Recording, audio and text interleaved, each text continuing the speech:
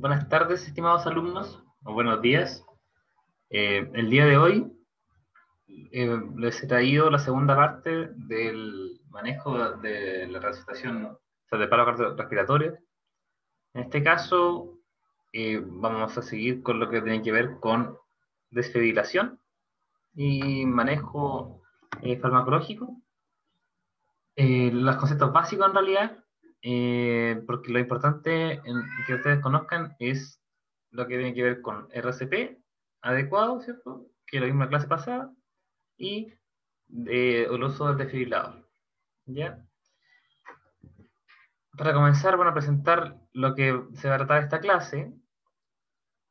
Como les dije anteriormente, vamos a hablar de lo que son los desfibriladores automáticos, los fundamentos, ¿cierto? El desfibrilador manual, conceptos básicos. Ya, para aprender a ocupar un desfibrilador manual es necesario tener conocimientos acabados sobre fisiología cardíaca, por ende, eso no va a ser el objetivo de este módulo, de este curso, pero sí les recomiendo que si les interesa el tema y si quieren dedicarse al área, ya sea de paciente crítico o de urgencia, donde hoy en día los kinesiólogos también se están dedicando, ¿cierto?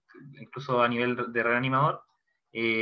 Lo primero es comenzar haciendo cursos de RCP, dentro de los cuales puede estar el manejo básico del paro cardiorrespiratorio, hasta los cursos más avanzados como la ACLS,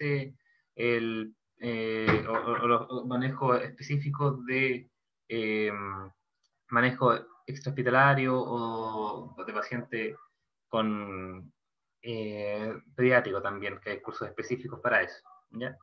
Y lo otro, manejo avanzado del paro cardiorrespiratorio, pero las nociones básicas de esto. ¿Ya? Para recordar lo que vimos en la clase anterior, ¿cierto? Con respecto a un poco más profundo, yo sé que ustedes este mismo año tienen el ramo de cardiorrespiratorio, o respiratorio, no sé cómo se llamará en la universidad, pero es importante conocer esto. ¿Qué es lo que es una insuficiencia respiratoria? ¿Cierto? Generalmente está asociado a una disminución del oxígeno en la sangre que puede ir acompañado de también un aumento del CO2, ¿cierto?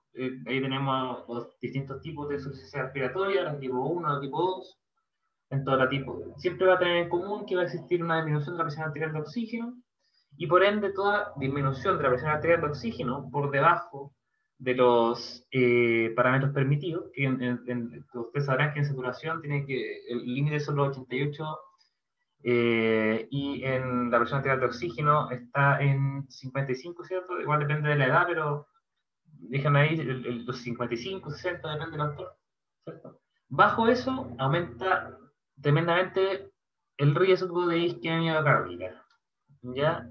Y también disminuye, al disminuir el oxígeno en general, va a alterarse una serie de procesos que pueden llevar a la insuficiencia cardiopulmonar y finalmente el paro por asfixia, ¿ya?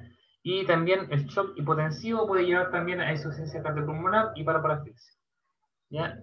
Ojo chiquillos, el shock hipotensivo generalmente va a estar dado por una disminución de la presión arterial sistémica, que puede estar asociado principalmente a condiciones cardiológicas, pero también de otro tipo. Como ustedes sabrán, en las hemorragias, por ejemplo, disminuye la volemia, disminuye la cantidad de sangre que anda dando vueltas, ¿cierto? En este caso sería disminuir el gasto cardíaco, perdón, por la disminución del volumen sistólico, y por ende eso generaría a largo plazo o a mediano plazo en realidad un shock hipotensivo dependiendo del estado del paciente, ¿ya? Y la etiología cardíaca generalmente va a llevar al paro cardíaco también por causa cardiológica, que es lo más común en adultos, ¿ya? En niños lo más común es por asfixia, ¿ya? Puede ser por una insuficiencia respiratoria aguda causada por una fusión de vía aérea superior, que es lo más frecuente, y en los adultos la etiología más frecuente es la cardíaca, ya generalmente asociada a condiciones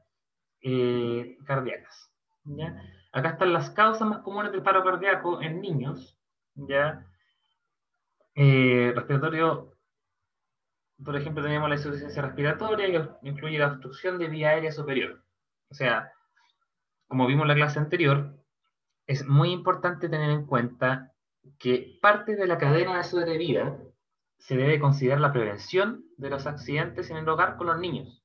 ¿ya? Y dentro de eso está el no tener juguetes pequeños, por ejemplo, siempre tomar en cuenta las recomendaciones de si dice mayor de 3 años el juguete, es porque un niño menor de esa edad tiene mucho riesgo de echárselo en la boca, ¿cierto? Tragarlo y finalmente, o incluso de que quede obstruida en su vida aérea superior y que él no pueda reaccionar. Y si el papá o la mamá o quien esté en la casa no tiene conocimiento sobre técnicas de primeros auxilios básicos, por ejemplo, como en la maniobra de Heimlich o de RCP, el riesgo de morir es bastante alto. ¿Ya? La obstrucción de vía aérea inferior, como el asma y la neumonía, ojo, ahí cualquier condición en realidad que genere una alteración importante del intercambio gaseoso, ya sea pues, un síndrome de membrana hialina, una exacerbación de asma, ¿cierto? Una neumonía importante en los niños, puede llevar a la insuficiencia respiratoria hasta el grado de generar un paro cardíaco. ¿Ya? La hipotensión también, shock hipovolémico que puede ocurrir tanto en adultos como en niños, ¿cierto? Que generalmente puede ser debido a deshidratación o hemorragia. El shock cardiogénico, el shock distributivo, ¿cierto? Que puede ser séptico o neurogénico, ¿ya? El shock séptico es una de las causas más frecuentes de shock en pacientes críticos. Entonces, si a usted le interesa el tema de paciente crítico, tienen que tener en cuenta que el paciente crítico va a estar constantemente en un riesgo de paro cardiorrespiratorio, por distintos motivos, porque va a haber una disminución de la afinidad de la hemoglobina por el oxígeno al existir un aumento un aumento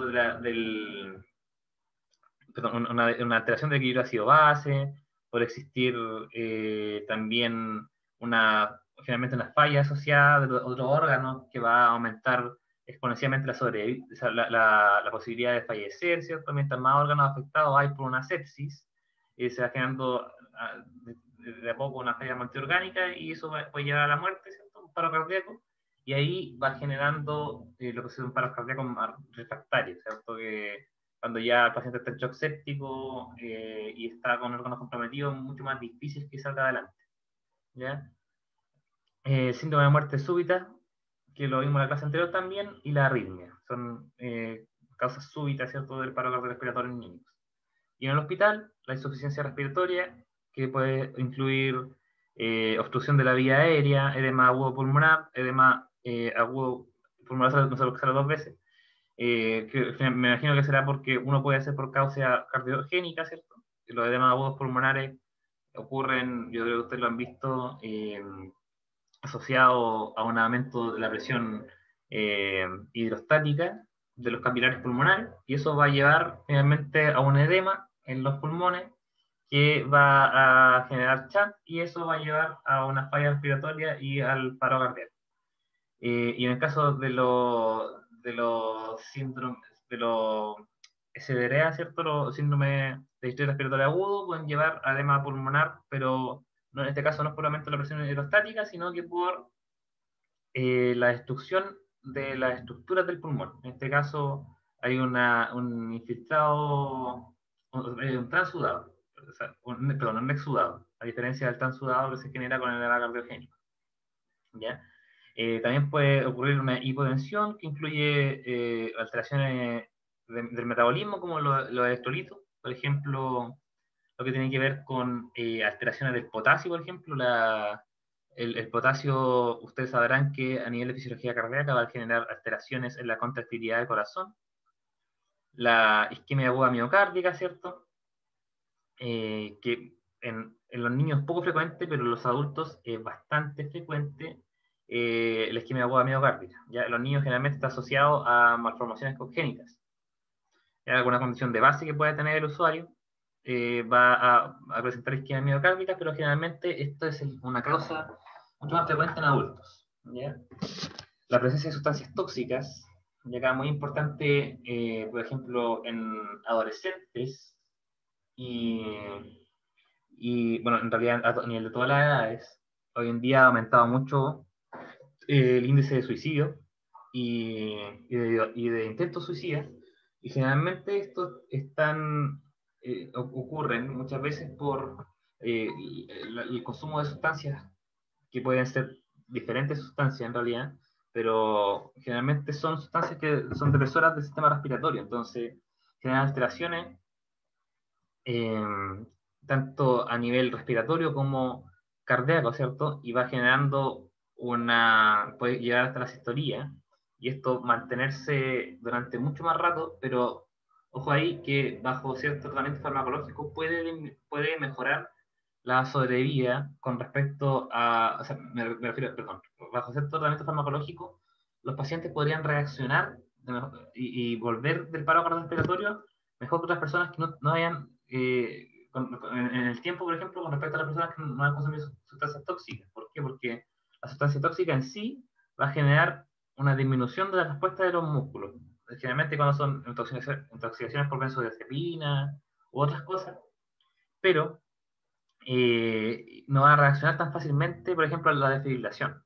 ¿Ya? Entonces, pero en el tiempo, al ir haciendo un tratamiento farmacológico con algunos fármacos que vamos a hablar más adelante, puede ser que termine reaccionando y termine volviendo del paro. Ojalá esto no sea en el caso de que o sea, no haya pasado mucho tiempo desde que entraron a paro, porque ustedes sabrán que mientras mayor tiempo haya estado en paro el paciente, mayor isquemia, mayor hipoxia, ¿cierto? Y la hipoxia va a generar muerte celular, pues, a nivel neurológico va a generar importantes daños en las estructuras cerebrales, por ejemplo. Entonces, mientras más tiempo un paciente esté en paro y más tiempo el paciente esté con una disminución del oxígeno a nivel de su sistema nervioso, va a tener secuelas más importantes.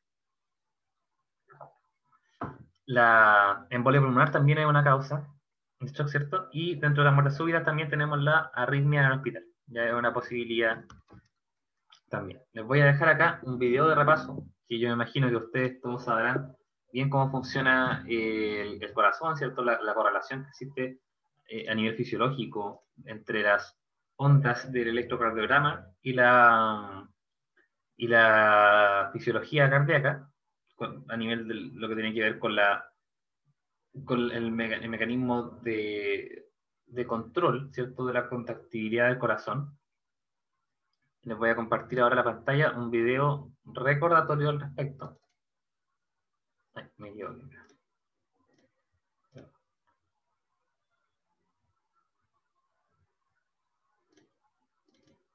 Ya. Entonces.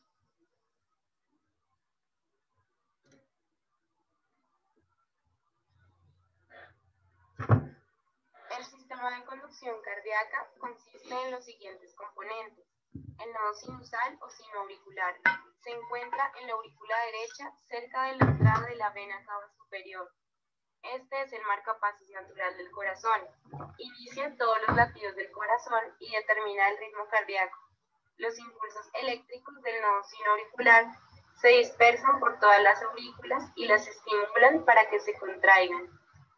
El nodo auriculoventricular se encuentra al otro lado de la aurícula derecha, cerca de la válvula auriculoventricular. El nodo auriculoventricular sirve como una puerta eléctrica a los ventrículos. Este retarda el paso de los impulsos eléctricos a los ventrículos. Este retraso es para asegurar que las aurículas hayan expulsado toda la sangre a los ventrículos antes de que los ventrículos se contraigan. El nodo auriculoventricular recibe señales del nodo sinoauricular y las pasa a las de His. Este haz entonces se divide en la rama derecha y la rama izquierda, las cuales conducen los impulsos hacia el ápice del corazón. Las señales entonces se pasan a las fibras de Purkinje, dirigiéndose hacia arriba y se dispersan por el miocardio ventricular. Las actividades eléctricas del corazón se pueden grabar en forma de un electrocardiograma, ECG o EKG. El ECG es una grabación compuesta de todos los potenciales de acción producidos por los nodos y las células del miocardio. Cada onda o segmento del ECG corresponde a un acontecimiento del ciclo eléctrico cardíaco. Cuando las aurículas se llenan de sangre, el nodo sinoauricular se dispara. Las señales eléctricas se dispersan por todas las aurículas y causa que se despolaricen. Está representado por la onda P del ECG. La contracción auricular o sístole auricular ocurre más o menos 100 milisegundos después del inicio de la onda P. El segmento PQ representa el tiempo en que las señales viajan del nodo sinoauricular al nodo auriculoventricular. El complejo QRS marca la activación del nodo auriculoventricular y representa la despolarización de los ventrículos. La onda Q corresponde a la despolarización del tabique interventricular. La onda R se produce por la despolarización de la masa principal de los ventrículos. La onda S representa la última etapa de despolarización ventricular en la base del corazón. La repolarización auricular también ocurre en este momento, pero la señal se oculta por el gran tamaño del complejo QRS. El segmento ST refleja la etapa de equilibrio o meseta en los potenciales de acción miocárdicos. En este momento, los ventrículos se contraen y bombean la sangre. La onda T representa la repolarización ventricular, justo antes de la relajación ventricular o diástole ventricular. El ciclo se repite con cada latido del corazón.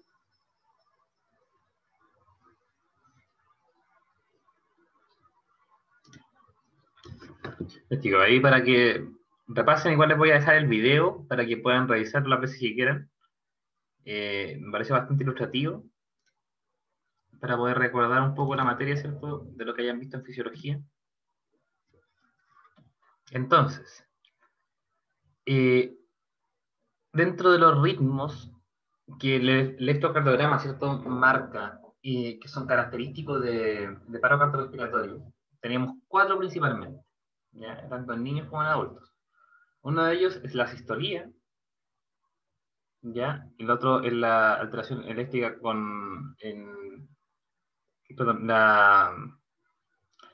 el AES, ¿cierto?, la fibrilación ventricular y la taquicardia ventricular sin pulso. ¿Ya? La asistolía, como ustedes verán en la imagen, es una paralización del corazón asociada con la actividad eléctrica imperceptible, ¿ya?, en la que típicamente cuando ustedes ven la serie, ¿cierto?, y el paciente sale una línea y marca pi, eso es una asistolía, ¿ya? Y es como dice ahí, ritmo agónico que progresa la sistolía.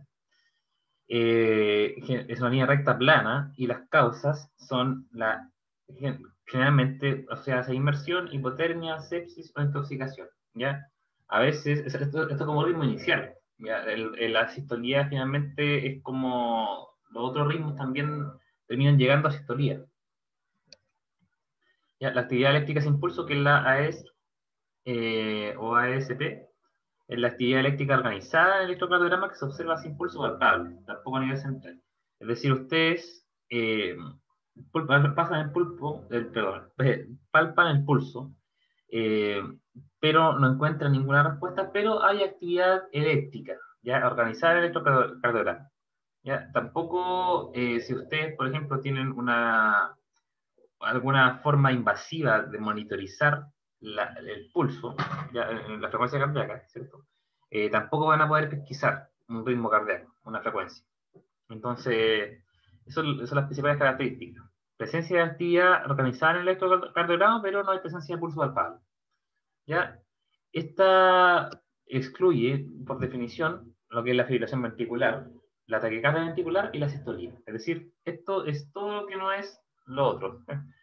Y las causas más frecuentes son afecciones reversibles como hipovolemia grave o taponamiento cardíaco, ¿ya? Es decir, cuando disminuye la volemia, cuando disminuye la cantidad de sangre, la cantidad principalmente de líquido que anda dando vuelta, ¿cierto?, en la sangre, perdón, anda dando vuelta el vaso sanguíneo, ya puede generarse este tipo de alteración, ¿ya? Y también cuando hay taponamiento cardíaco. Si no es identificada la causa, entrará en asistolía. Como les decía, como ritmo inicial, puede partir como actividad eléctrica sin pulso, pero va a evolucionar a asistolía si es que no hacemos nada. ¿Ya? Y en el electrocardiograma, las ondas T con amplitud baja o alta, ¿ya?, es decir, eso puede ser específico porque las ondas T pueden estar o aumentadas o disminuidas, ¿ya? Recordemos que esto tiene que ver con las distintas fases de la despolarización a nivel cardíaco, Entonces, la T marca principalmente la despolarización de las masas de los ventrículos. ¿Ya? Aquí puede estar disminuida o aumentada esta onda. Intervalos PR y QT prolongados. Ya puede presentarse cualquiera de estos casos. ¿Ya? Y el otro sería la fibrilación ventricular, que es la primera causa de paro cardiorrespiratorio en la comunidad. ¿Ya? Tienen que tener en cuenta que están tanto los paros cardiorrespiratorios intrahospitalarios y los extrahospitalarios a nivel comunitario, ¿cierto? El principal ritmo que se puede pesquisar de forma inicial es la fibrilación ventricular, ya que es una forma de paro cardiorrespiratorio, y en este caso el corazón no presenta ritmo organizado, ¿ya? Y no hay contracciones coordinadas. Es decir, si ustedes ven, y les voy a dejar un video ahí, lo que pasa es que se comienza a contraer de forma desordenada el corazón. ¿Ya? Algunas fibras se contraen, otras fibras se contraen por otro lado, pero no generan una sístole realmente efectiva. No genera que el corazón no es capaz de contraerse de una sola vez y bombear la sangre, sino que está contrayéndose de a poco por distintos lugares. Eso va generando que el corazón no sea capaz de bombear la sangre como corresponde. ¿Ya? La fibrilación ventricular no es frecuente en niños. ¿Ya? Las causas más comunes son enfermedades médicas en los niños, ¿cierto? Intoxicación, descarga eléctrica, accidentes por inmersión y traumatismo, ¿ya? En adultos es una causa muy frecuente y está asociada generalmente a condiciones cardíacas. ¿Ya? En la imagen pueden observar hay distintos tipos de fibrilaciones ventriculares. Esta fibrilación ventricular, en la A, ustedes pueden ver una gruesa, ¿cierto? El tamaño y la forma del ritmo de las ondas de alta amplitud es variable. Es lo que representa una actividad eléctrica ventricular caótica sin ondas P o T o complejos QRS identificables, o sea, es cualquier cosa. Y también puede haber una fibrilación ventricular fina, donde la actividad eléctrica está reducida en comparación con la tira de ritmo anterior, ¿ya? Es decir, en la primera, en la A, tenemos, ¿cierto? Tenemos presencia de actividad electrocardiográfica marcada, pero desorganizada, y en la segunda ya hay una disminución importante de la actividad electrocardiográfica. Y la taquicardia ventricular, que como su nombre lo dice, es de origen ventricular, ¿cierto? Está caracterizado por complejos QRS anchos y organizados. ¿Ya? O sea, podemos observar, ¿cierto?, que se va repitiendo el QRS, pero en desmedro de las otras partes del electro. ¿Ya? Puede ser con o sin pulso. Y la taquicardia ventricular sin pulso puede ser monomórfica, con complejos ventriculares uniformes, o polimórfica. ¿Ya? ¿Qué quiere decir que sea monomórfica o polimórfica? Que si es monomórfica tiene solamente una forma todo el rato, ya como en la imagen que vemos arriba. ¿Ya? Y en la taquicardia polimórfica podemos encontrar una organización que puede ser o cíclica o caótica, ¿cierto? En la cual vamos a encontrar diferentes tipos de taquicardias ventriculares. Ya no vamos a entrar en detalle con respecto a las taquicardias ventriculares, ¿cierto? A las causas ni a la etiología de estas, pero es importante que conozcan que la taquicardia ventricular es uno de los principales ritmos para el paro cardiorrespiratorio. Entonces, si nosotros si el paciente entró en un paro cardiorrespiratorio, ¿cierto? Nosotros ya vimos la clase pasada. ¿Qué es lo que hay que hacer? Identificar el paciente. Llegamos, ¿cierto?, a la escena, vemos seguridad de la escena, vemos si el paciente responde o no responde. Si responde, lo ponemos en posición de recuperación, ¿cierto? Nos preocupamos de las otras cosas. Si no responde el paciente, hay que al tiro ir a tomar el pulso. ¿Ya? Si no tiene pulso y no responde, hay que iniciar inmediatamente las maniobras de resucitación.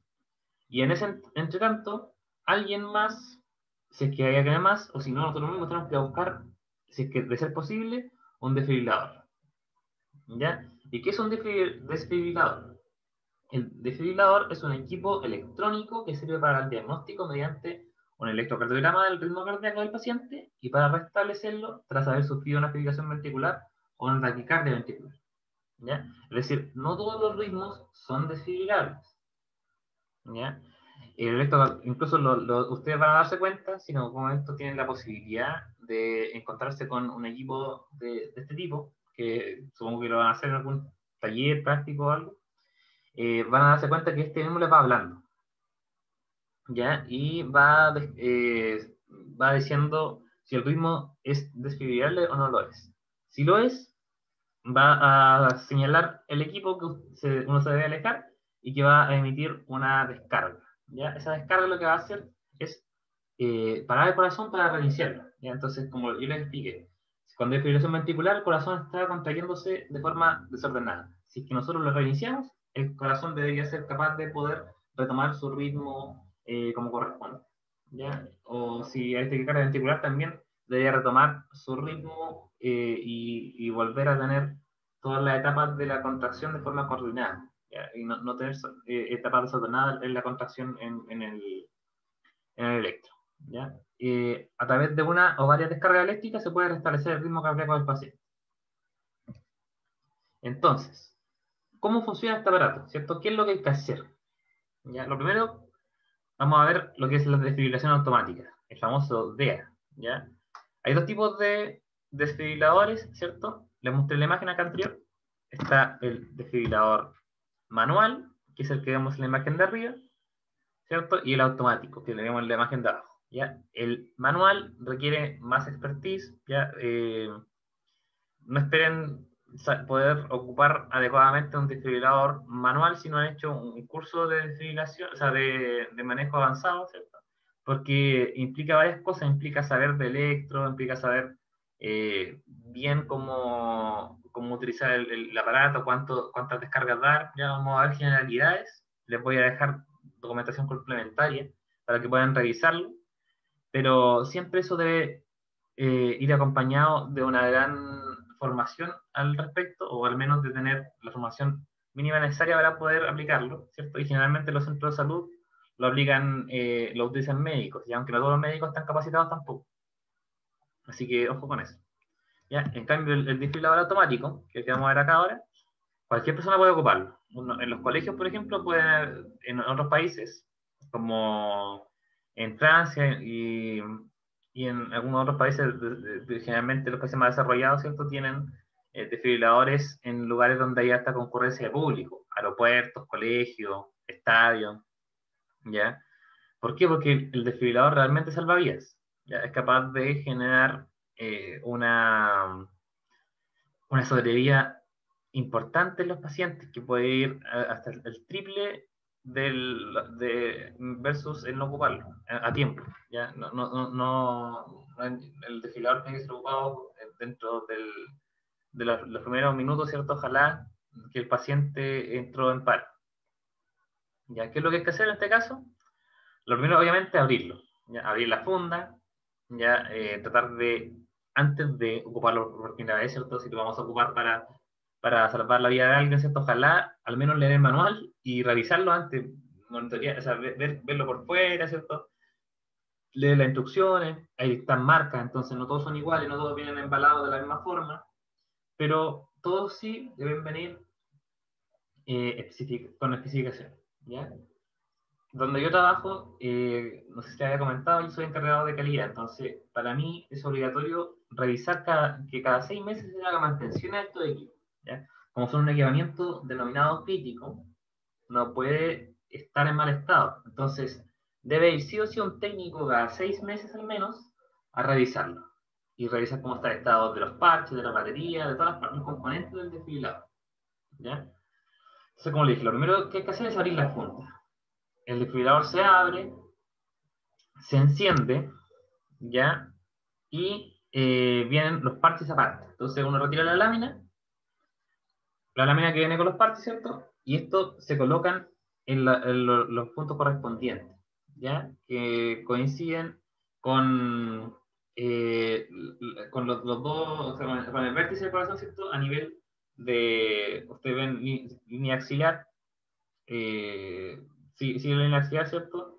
Hasta nivel donde termina el esternón, al lado izquierdo, que va a ser donde está el ápice del corazón, ¿cierto? Y a nivel del lado derecho vamos a ponerlo en la línea a nivel más o menos sobre la línea intermamaria derecha, ¿ya? Para poder considerar dónde está a nivel eléctrico, ¿cierto? La actividad cardíaca. Entonces, ahí voy a mostrar después la imagen de dónde van los parches. Ya es fundamental que se pongan los parches justo donde van.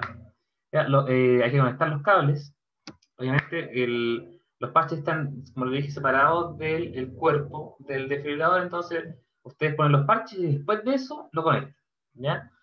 Después de eso, la máquina les va a decir que debe alejarse de la víctima porque si no va a interferir con la impedancia eléctrica del cuerpo de la persona y va a interferir también a través del movimiento con la persona. Entonces es muy importante que todos se alejen para que la máquina sea capaz de analizar el ritmo. ¿Ya? Cuando analiza el ritmo, identifica si es que este ritmo es desfibrilable o no. Si es desfibrilable, la máquina va a decir, va a iniciar descarga, aléjese.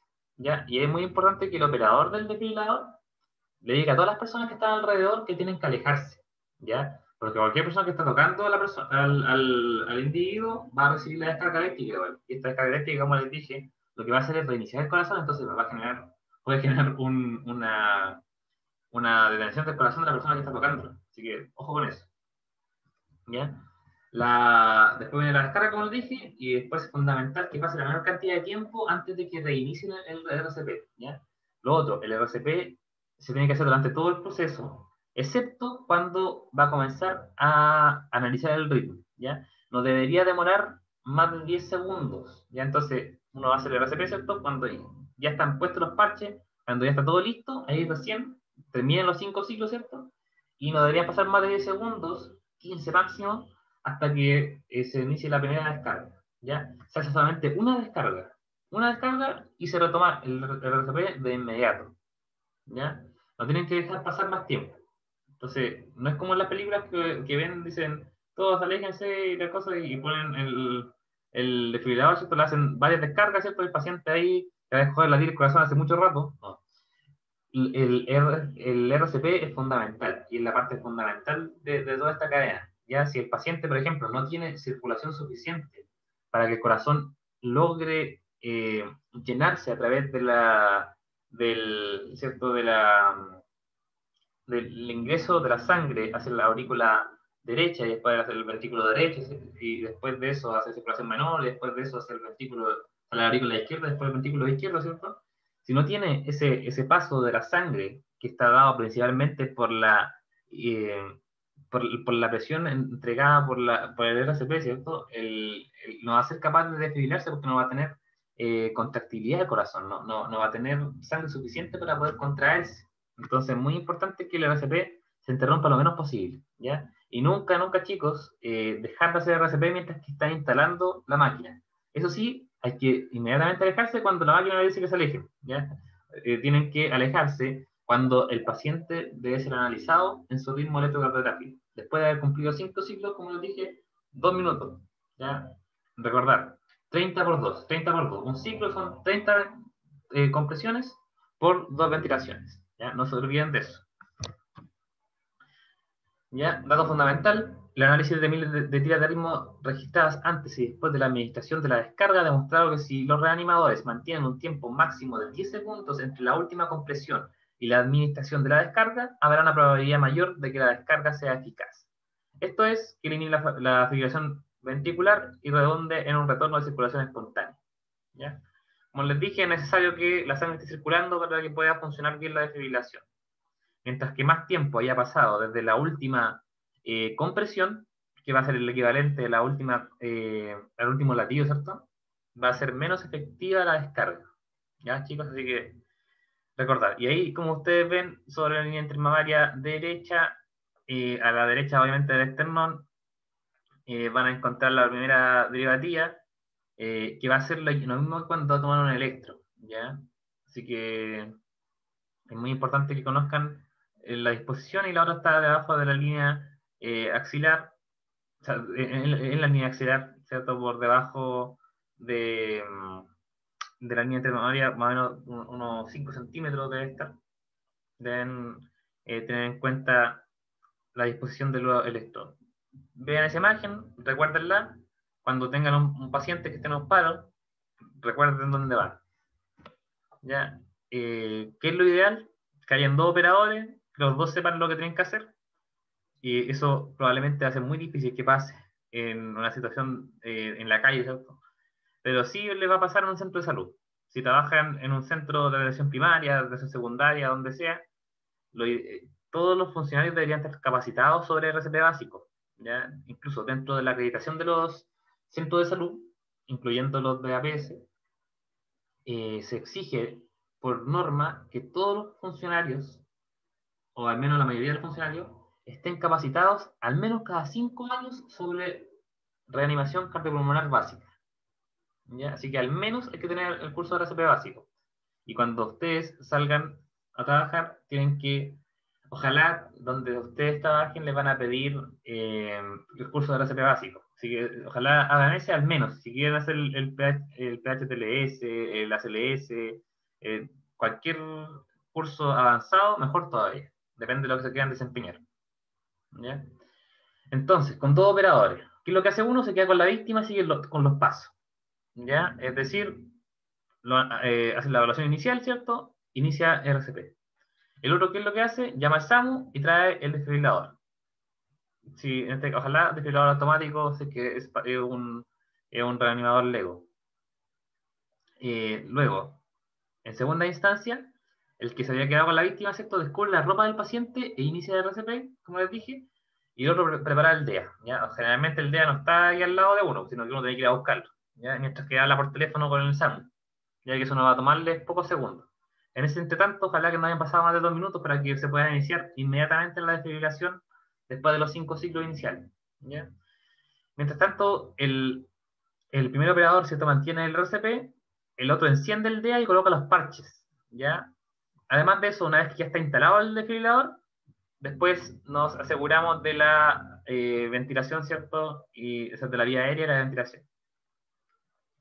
Después, alejarse de la víctima, todo, fundamental, chicos. Nunca olvidar que todas las personas que están alrededor, en especial los mirones que no están haciendo nada, tienen que escucharlos y ustedes tienen que poder dirigir. Por eso es muy importante, y en todos los cursos que uno hace le dicen, muy importante la capacidad de liderazgo, ¿ya? Tienen que liderar esa situación que de por sí es muy estresante y tiene muchos desafíos desde el punto de vista actitudinal, ¿ya? O sea, si ustedes se dan cuenta hasta el momento, no hemos visto nada tan complejo, ¿ya? No es tan complicado, por ejemplo, como manejar, no sé, ni siquiera como prescribir ejercicio de forma adecuada, ni como evaluar clínicamente a un paciente o manejar un ventilador. No tiene ese nivel de complicación, pero sí tiene un nivel de manejo del estrés, un nivel de autocontrol, ¿cierto? Un nivel de concentración muy importante, el actuar rápidamente y de forma segura y eficaz en esas situaciones. Como vimos en la clase anterior, una de las principales cosas que hay que tener en primeros auxilios es la capacidad de trabajo con seguridad, ¿cierto? Y tranquilidad. ¿Ya? Mantener la tranquilidad, porque si no está tranquilo uno, que supuestamente es el que sabe, las otras personas sí que van a estar peor, ¿ya? Y, como digo, alejarse de la víctima, ¿cierto? Y después de eso, luego de 5 ciclos, cambiar, ¿ya? Esta es una forma muy buena de evitar el cansancio, porque, bueno, no vamos a tener la oportunidad de hacerlo presencial, pero hacer RCP es muy cansador, ¿ya? En especial si no están acostumbrados a hacer actividad física regularmente, si no tienen buena fuerza muscular, ¿cierto? Va a ser más difícil, en especial si el paciente no sé, un hombre adulto que ya tiene más de 40 años, por ejemplo, el tórax se comienza a rigidizar, es más difícil generar movimientos que sean efectivos durante el RCP, entonces ahí es muy importante, chicos, que practiquen el RCP, que lo hagan con buena técnica, ¿ya? Lo más importante es la técnica. Pero además de eso, sí o sí, se van a cansar, porque es muy cansador hacer el RCP.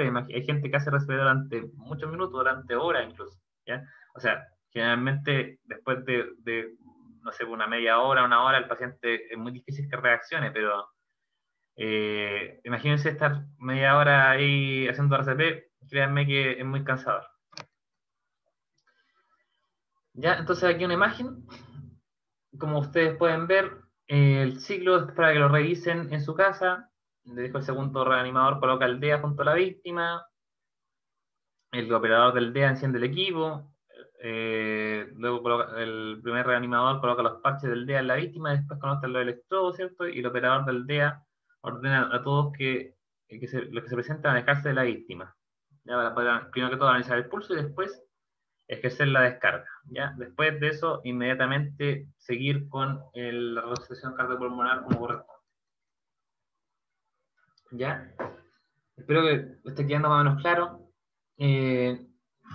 A grosso modo no es tan complejo. Con un DEA uno tiene que más que nada tener claras las cosas básicas, ¿ya?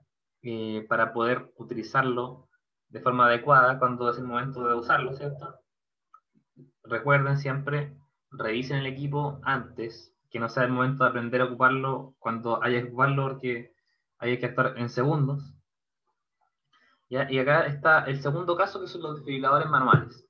¿Ya? Los desfibriladores manuales tienen una mayor complejidad. ¿Ya? Es un monitor que tiene varias opciones, depende de la marca, las opciones que tiene. ¿Ya? Es capaz de entregar diferentes modalidades de corriente, ¿ya? Diferentes tipos con diferentes fases, diferentes cantidades de energía. Entonces, hay que saber lo que uno está haciendo al ocupar este. Ahora, también generalmente vienen en modo automático. Entonces, cuando hay operadores Lego, lo ideal es que el desfibrilador manual quede en modo automático y va a funcionar igual que un desfibrilador automático. ¿Ya? ¿Cuál es el tema? Que el desfibrilador manual obviamente es mejor, tiene más posibilidades, ¿cierto? Pero al mismo tiempo es más caro, mucho más caro. Es una máquina mucho más compleja. ¿Ya? ¿Qué es lo primero que hay que hacer? Colocar los electrodos adhesivos o palas, ¿ya? Generalmente los DEA, por ejemplo, vienen con electrodos adhesivos, ya todos vienen más o menos con la misma idea, pero estos también pueden venir con palas, ¿ya? Y las palas ojalá siempre estén acompañadas de un gel, ya para disminuir la impedancia eléctrica de la piel, ¿ya? Ese gel va a... Y no se ha encontrado diferencia significativa en los estudios que se han hecho por lo menos entre la efectividad de las descargas entre las máquinas que tienen parche y las que tienen paletas, obviamente usando el gel. ¿Ya? Los electrodos de 12 tienen mayor efectividad que los de 8. ¿Ya? Pero esos son los de adultos. ¿Ya? Los de 8 a 12 son de adultos. Eso, ¿por qué? Porque, bueno, obviamente al bloquear un área de superficie mayor, tenemos mayor posibilidad de darle justo al lugar donde está, donde ocurre ¿cierto? La transmisibilidad eléctrica del corazón. ¿Ya? Entonces, lo que tenemos que evitar, sí, es usar los de 4,3, que son los pediátricos, en adultos. Y eso puede generar quemaduras, porque va a estar concentrada en una solución muy pequeña. Así que no ocupar nunca pediátricos en adultos. Ahora, los niños grandes, por ejemplo, pueden ocupar de adultos, ya no daría el problema. ¿Ya? Pero idealmente en niños menores de 8 años o menores de 12 años, incluso son pequeños, hay que ojalá ocupar el pediátrico. ¿Ya? La probabilidad de que la desfibrilación concluya positivamente disminuye con el tiempo. Como les dije, mientras más tiempo haya pasado desde que comenzó el paro cardiorrespiratorio, disminuye la efectividad. Y mientras más tiempo pasado desde la última compresión que hicimos durante la RCP, disminuye la efectividad de la desfibrilación. El RCP duplica o triplica la efectividad de la desfibrilación y después de la única descarga reiniciar el RCP. Como les dije, 5 ciclos, desfibrilador, una descarga, continúa el RCP, 5 ciclos, desfibrilador, descarga, continúa el RCP ya, que no se olvide. ¿Cuáles son los niveles de energía que se recomiendan por tipo de corriente? Ya, esta es la corriente bifásica, donde lo que se debería hacer es que la primera descarga debe ser hecha a 120 joules, ¿ya? O 120 julios, con onda bifásica rectilínea. Ya la primera dosis puede ir de 120 a 200, y si no conoce el dispositivo, usar la dosis máxima, ¿no? Ya los 200. No, no preocuparse de eso, ya, porque mejor de más que de menos. La monofásica debe ser ocupada a 360 joules, ¿ya? Y todas las descargas van con igual energía. O sea, la monofásica es más fácil, siempre 360. Y la desfibrilación pediátrica debe ser utilizada con 2 a 4 joules por kilogramo de peso. Entonces, si el niño pesa 10 kilos, tiene que usarse de 10 a 40 joules, ¿ya? ¿Qué cosa es importante en esto? La fibrilación ventricular refractaria se debe ir progresando hasta llegar a los 4 joules por kilogramo de peso, pero nunca debe exceder a los 10 joules por kilogramo de peso, porque o la dosis máxima que puede tener un adulto, obviamente, porque si no puede generar daño. ¿Ya? Así que muy importante que recuerden eso, chicos. ¿Ya?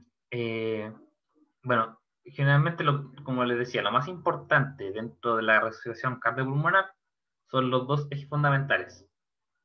Compresiones torácicas, ¿cierto? Ventilación y vía aérea, el CAV, ¿cierto? Que es el RCP, y la desfibrilación. Ahora, de forma secundaria, las que van a colaborar, ¿cierto?, en el proceso de reanimación pueden ser la administración de fármacos. Y para eso hay que siempre poner una vía. ¿Ya? Eso no lo hacemos nosotros, lo hace la enfermera por norma, y en la práctica también lo hacen los técnicos paramédicos, los TENS. ¿Ya? ¿Cuáles son los tipos de vías que podemos encontrar? Y que van a tener que ponerse lo más rápido posible cuando un profesional clínico aborda a un paciente con un paro cardiorrespiratorio, ¿cierto? La más elegida y la mejor para un paciente que presenta paro cardiorrespiratorio y que no está con una vía venosa central puesta desde antes es la vía intravenosa, ¿ya? Periférica. ¿Por qué? Porque disminuye ciertos riesgos, ¿cierto? De que se mueva, ¿cierto? De que se dañe la vía venosa central, ¿cierto? O que se interrumpa el RCP mientras que se está intentando colocar una vía venosa central. Entonces, en estos casos, lo ideal es poner una vía venosa periférica a nivel de la región anterior del codo, que es donde generalmente ponen la vía venosa la enfermedad, ¿cierto? Muy importante de la vía venosa es no interrumpir nunca el RCP, hay que trabajar solamente con el brazo, y el fármaco que se administra, ojalá, debe ser seguido por 20 ml de fluido. En la vía intraósea, ya se debe ocupar en caso de que no sea posible ocupar la vía intravenosa. Esto pasa generalmente cuando el paciente está muy vasocontraído, por ejemplo, un paciente con sepsis, es muy difícil que tenga unas buenas venas. Entonces, ahí generalmente optan por poner vía intraósea. Ya para esto utilizan agujas específicas para eso, agujas especiales para poner vía intraósea. Ya, es mejor que el tubo endotraqueal, y es confiable, se pueden administrar los mismos fármacos de la misma forma que con la vía intravenosa. Y en último caso está la vía endotraqueal. Y acá se debe usar para dosis generalmente de 2 a 2,5, la utilizada con la vía intravenosa, y debe estar acompañada de 5 a 10 ml de agua estéril en solución salina. ¿Ya? ¿Cuál es el tema? Que el efecto de los fármacos es incierto, porque no sabe exactamente cuánto genera una buena respuesta, pero si no existe otra posibilidad, vía endotraqueal. ¿Ya? Y aquí ustedes pueden ver, como les decía, la vía intravenosa, ¿cierto? La más utilizada, que es la del codo, y que está, como ustedes pueden ver ahí, y se acuerdan de anatomía en frenología, ¿cierto? La vena basílica, la vena cefálica, la mediana basílica, la vena cefálica, la vena venosa del codo, y ahí van a instalar la vía venosa. Y en caso de la inserción de la vía intraósea, generalmente se puede hacer a nivel de fémur o de malleolo o de tibia. Ya ahí serán las angulaciones que utilizan, y lo pueden revisar en los documentos que les envíen. Ya, eso. Y con respecto a los fármacos que se administran, va a depender. ¿Ya? Va a depender mucho de qué fármaco se está administrando, o sea, de cuál es la causa etiológica, obviamente, del paro. Es que es posible identificarla. Pero como vimos anteriormente, en los adultos lo más frecuente es causa cardiológica cuando hay un infarto de ventrículo izquierdo, de ventrículo derecho. El cuadro clínico generalmente se caracteriza por bradicardia sintomática e hipotensión. ¿Ya? Es decir, disminuye la frecuencia cardíaca y disminuye la presión arterial sistémica. ¿Ya? En estos casos es muy importante que se administren volumen, ¿ya? Se administre una solución salina de 200 a 100 mililitros, o sea, perdón, de 200 a 500 mililitros. ¿Ya? ¿Qué va a hacer esto? Va a aumentar la precarga, es decir, a través de la ley de Frank-Starling va a generar una mayor distensión, ¿cierto?, del ventrículo y después una mayor contracción. ¿Ya? Esta mayor contracción va a estar dada principalmente por el aumento de la precarga. Y se debe repetir hasta hasta lograr de 1 a 2 litros, ya si no hay contraindicación. ¿Cuál sería la contraindicación, por ejemplo? Que el paciente se comience a generar un edema importante o que ya venga con un edema de extremidades, por ejemplo, que no sería extraño considerando que son pacientes con problemas cardíacos. ¿Ya? Entonces, a veces el inundar al paciente con líquidos puede generar edema, no solamente a nivel de las extremidades, sino que también a nivel de los pulmones, por ejemplo, lo cual puede ser contraindicación a larga. Entonces, hay una delgada línea ahí entre administrar y no administrar fluidos. ¿Ya? Y cuando hay un bloqueo auriculoventricular con un infarto miocárdico inferior, ¿ya? Como recuerdas, ¿cierto? La anatomía del corazón. Generalmente esto está dado por una alteración de la arteria coronaria derecha. ¿Ya? La arteria coronaria derecha, que va a irrigar, ¿cierto?, el ventrículo, el ventrículo derecho, ¿cierto?, va a generar una alteración, un bloqueo auriculoventricular, y en estos casos lo primero que va a haber que hacer es preparar un marcapaso transcutáneo, prepararlo primero, ¿ya? Y esperar a que llegue un cardiólogo preparado para utilizarlo. ¿Ya? Mientras tanto, utilizar atropina de 0,5 por bolo, ojalá por la vía intravenosa, ¿ya? Como les dije, la vía intravenosa es la preferible en estos casos. Cada 3 a 4 minutos sin superar los 3 miligramos, que son la dosis máxima de atropina. ¿Ya? Y estos son inótropos, por si acaso, son fármacos que van a buscar la mejora en la contractilidad. Ya como les dije anteriormente, la precarga se busca mejorar a través de la emisión de fluido y la contractilidad se busca mejorar a través de la administración de inótropos. Y acá se puede administrar adrenalina de 2 a 10 microgramos por minuto o dopamina de 2 a 10 kilogramos por minuto. ¿Ya? Aquí un recordatorio de la maniobra, ¿cierto? Método de compresión. En adultos, 2 manos, ¿cierto? En niños, 2 manos o una mano, dependiendo de la técnica que ocupamos, ¿cierto? Y en lactantes, ojalá con 2 dedos. La profundidad de la compresión en adultos se busca llegar a 4 a 5 centímetros. Y en los niños aproximadamente 1/3 a 1/2 del diámetro anterior-posterior del pecho. ¿Ya? Como son más flexibles, no es tan difícil. La frecuencia de la compresión debe ser aproximadamente de 100 por minuto. No está actualizado, como les dije, debe ser al menos de 100 por minuto. Eso es lo que nos dice las actuales recomendaciones de la AJA. Y la relación compresión-ventilación debe ser 30:2. ¿Ya? La desfibrilación siempre debe hacer parches para adultos, en los adultos. Y para una respuesta fuera del hospital se pueden administrar 5 ciclos cada 2 minutos de RCP, entre la descarga y la respuesta de largo. ¿Ya? Y más de 4 a 5 minutos si el paro no tuvo testigos. ¿Ya? Y en niños, usar el DEA en cuanto esté disponible en caso de colapso súbito en el hospital, y en todos los casos, tras aproximadamente 2 minutos de RCP fuera del hospital, usar los parches o sistemas pediátricos, si están disponibles en niños de 1 a 8 años. ¿Ya? Y si no es posible, como les dije, no habría problema de ocupar el parche de adulto, es mejor que no ocuparlo, pero en el caso de los adultos, nunca ocupar el de niños. ¿Ya? Y con respecto a los lactantes, no existen recomendaciones para lactantes menores de 1 año de edad en desfibrilación, porque generalmente en estos casos, como lo vimos anteriormente, la causa principal es respiratoria. Siempre hay que evaluar primero que todo lo respiratorio en los niños más pequeños. ¿Ya?